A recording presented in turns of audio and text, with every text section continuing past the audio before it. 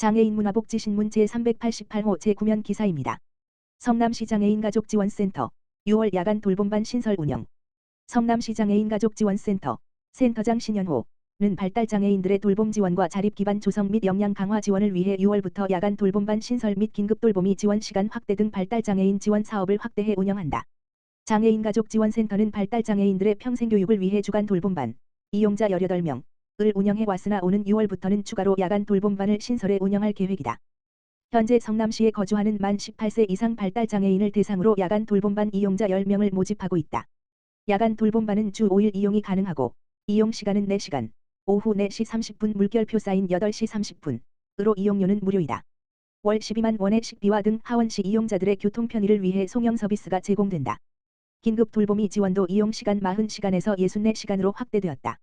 긴급 돌보미 지원은 성남시에 거주하는 만 6세부터 65세까지 장애인과 10세 이하 비장애 형제자매의 보호가 긴급하게 필요한 경우 긴급 돌보미를 파견해 보호와 양육을 지원하는 사업으로 장애인 가족들에게 큰 호응을 얻고 있다.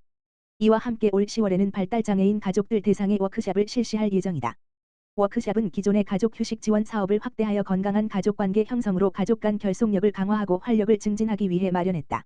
시 관계자는 장애인 가족이 행복한 삶을 영위할 수 있도록 장애인 가족이 행복한 성남, 일상이 행복한 장애인 가족이라는 슬로건 아래 장애인을 위한 다양한 지원 사업을 펼쳐나갈 계획이라고 말했다. 장애인 긴급 돌봄의 더 자세한 내용은 성남시 장애인가족지원센터 https://snfs.modo.at 가만 전화기 지역번호 031-753-7962로 하면 된다. 성남시 택시 콜센터 통합 업무 협약 추진.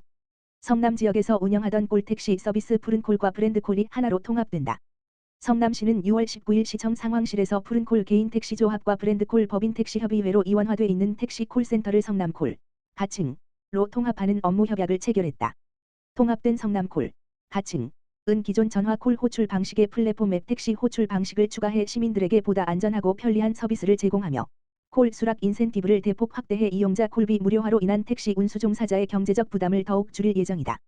이번 협약은 시장 지배력을 강화하고 있는 대기업의 택시 시장 독점을 방지하고 책임감 있는 택시 서비스를 시민에게 제공하는 데 시와 택시업계가 뜻을 모아 지속적인 협의를 통해 이룬 성과다. 아울러 시는 내비게이션 교체 사업과 택시 외관 디자인 변경 사업을 추진해 성남시 지역 택시의 경쟁력 강화를 배할 예정이다. 한편 성남시는 지난 11월 시민들의 택시 승차난 해소를 위해 전국 최초로 택시 부재를 해제했으며 법인 택시 운수 종사자의 열악한 근무 환경 해소를 위한 처우 개선비도 추가 지원하는 등 택시업계와 지속적으로 소통해 다양한 정책을 추진하고 있다.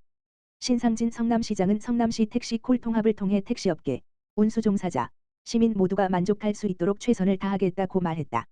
신상진 성남시장 취임 1주년 민생탐방 현장 토크 나서. 신상진 성남시장은 취임 1주년을 맞아 민생탐방에 나섰다. 성남시는 민선 8기 취임 1주년을 맞는 신상진 성남시장이 별도 기념행사 대신 현장 소통을 강화하고 시민과 함께 지난 1년의 성과와 앞으로의 비전을 공유하기 위해 민생 현장을 방문하기로 했다고 밝혔다. 신상진 성남시장은 17일 백현 카페 문화 특화거리 비전 공감 및 제막식에 참석한 후 골목상권 게릴라 토크를 진행하고 상인, 시민들과 지난 1년간의 시정 운영에 대한 진솔한 이야기를 나누고 의견을 수렴했다. 신 시장은 백현 카페 문화 특화거리 제막식 행사에서 특화거리 사업을 통해 찾고 싶은 거리, 궁금증을 유발하는 거리, 변화되고 혁신된 거리를 만들어서 지역 상권 활성화에 힘쓰겠다고 말했다. 신 시장은 이어 6월부터 7월까지 주요 다중이용시설에서 시민과 함께 소확행, 버스 정류장, 노선버스에서 시장님, 어디 가세요? 7월 초 개장하는 맨발 황톳길에서 백색건강 황톳길 등 시민과 만나 소통하는 시간을 갖는다.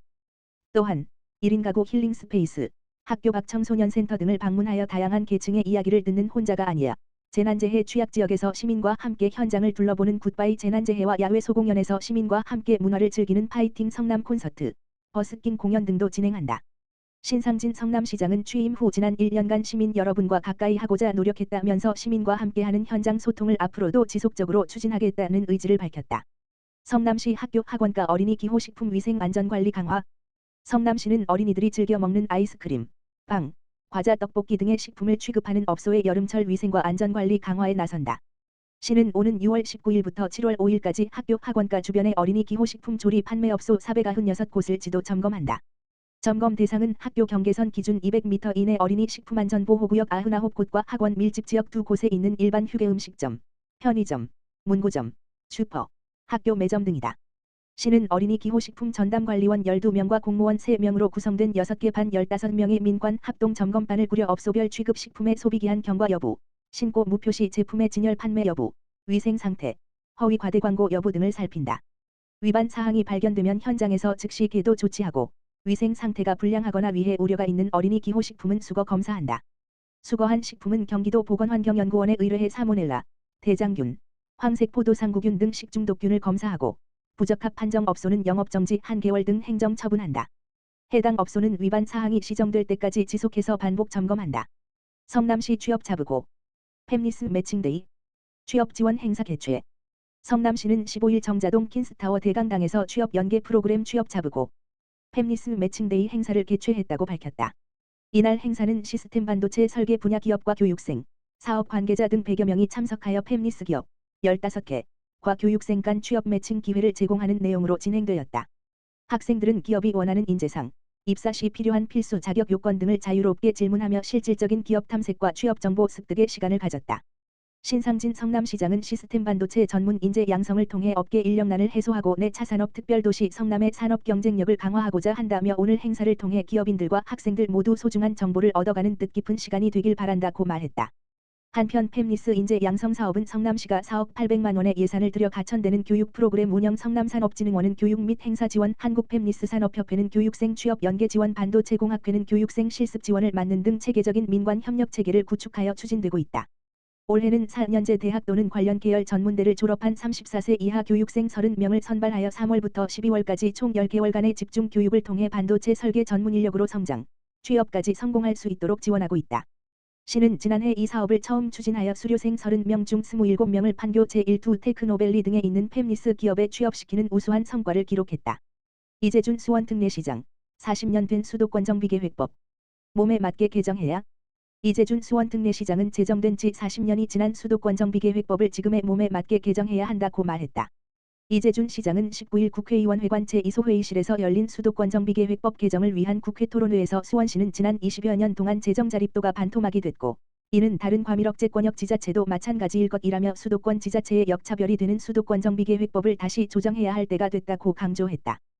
또 수도권 정비계획법과 유사한 법을 제정했던 선진국들은 문제점을 인식하고 국가 경쟁력을 강화하기 위해 법을 개정했다며 과밀억제권역 지자체에 있는 기업에 부과되는 과도한 세율부터 조정해야 한다고 말했다. 이어 수도권 정비계획법 개정으로 국가 경쟁력을 높일 수 있을 것이라고 덧붙였다. 이날 토론회는 김영진 백혜련 김승원 의원 등 과밀억제권역 지자체 국회의원 10명이 공동 주퇴하고 수원시를 비롯한 10개 과밀억제권역 지자체와 수원시정연구원이 공동 주관했다. 토론회는 김갑성 연세대 도시공학과 교수의 기조발제, 홍사흠 국토연구원 국토계획평가센터장 양은순 수원시정연구원 도시경영연구실장의 발제, 패널 토론으로 이어졌다. 수도권 정비계획 및 패러다임 전환을 주제로 발표한 김갑성 교수는 저출산, 저성장 구조를 고려해 수도권 정비계획을 수정해야 한다며 메가리전, 메거리전 전략으로 지역 대도시 중심의 네트워크를 구축해야 한다고 말했다. 이어 수도권 규제 완화의 성과를 상생자금으로 확보해 비수도권을 지원해야 한다며 분권화로 자생적 지역 발전을 촉진해 수도권과 비수도권의 상생구조를 확립해야 한다고 주장했다. 수도권 규제 완화를 통한 국가성장 관리를 발표한 양은순 도시경영연구실장은 균형 발전을 위해 수도권을 규제했지만 균형 성장은 실패했다며 국가 경쟁력을 강화하기 위해 수도권 성장 억제가 아닌 수도권 성장 관리 정책으로 전환할 필요가 있다고 강조했다. 또 수도권 비수도권 규제 정책 방향을 수도권 규제를 폐지하고 성장 관리 전략을 추진하는 것으로 전환해야 한다며 성장 억제, 과밀 억제책이 아닌 국가 성장책으로 총량을 확대해야 한다고 말했다. 내차 수도권 정비계획과 과밀억제권역 관리를 주제로 발표한 홍사흠 국토계획평가센터장은 동일한 권역 내에서도 지역 특성 차이를 고려해 맞춤형으로 차등 관리를 추진해야 한다며 중장기적으로 균형발전 정책의 성과를 가시화하는 등 여건 변화를 고려해 권역체제 변경을 검토할 필요가 있다고 말했다.